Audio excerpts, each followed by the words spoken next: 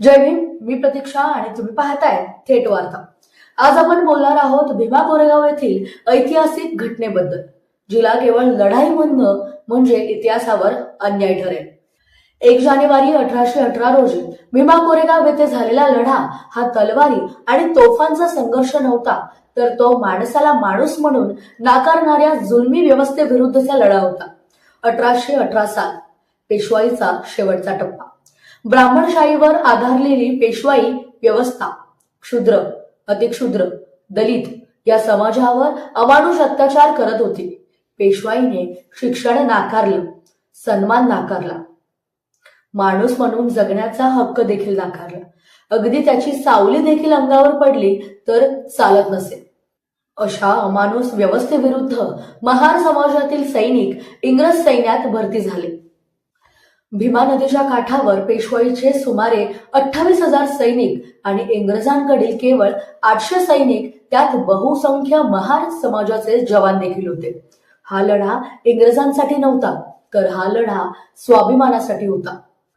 ज्यांना गावाबाहेर राहायला लावलं, गळ्यात मडकी बांधायला लावली, सावली ही अपवित्र मानली जात होती, त्याच लोकांनी पेशवाईच्या सैन्याला रोखून धरले. इतिहासात पहिल्यांदाच अस्पृश्य समाजाने जुलमी सत्तेला उघड आव्हान दिलं. या ऐतिहासिक विजयाच्या स्मरणार्थ भीमा कोरेगाव येथे विजय स्तंभ उभारण्यात आला. हा स्तंभ म्हणजे शौर्याचं प्रतीक, स्वाभिमानाचं प्रतीक आणि गुलामगिरी विरोधी लढ्याचं प्रतीक. या स्तंभावर महार समाजातील शहीद सैनिकांची नावं देखील कोरलेली आहेत. हा स्तंभ सांगतोय, आम्ही हरलो नाही, आम्ही झुकलो नाही.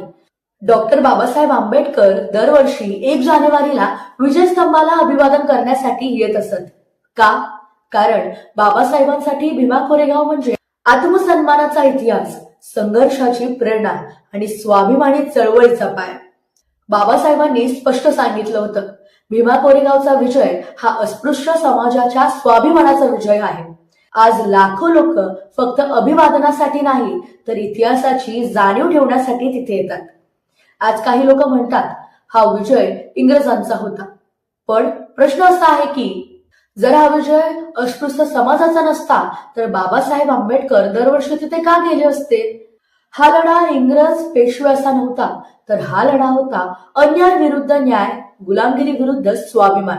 आज भीमा कोरेगाव फक्त इतिहास नाही, तर तो आहे संविधानिक मूल्यांची आठवण, समतेचा संदेश, अन्याय विरुद्ध उभा राहण्याची प्रेरणा. जो समाज इतिहास विसरतो तो समाज पुन्हा गुलाम होतो.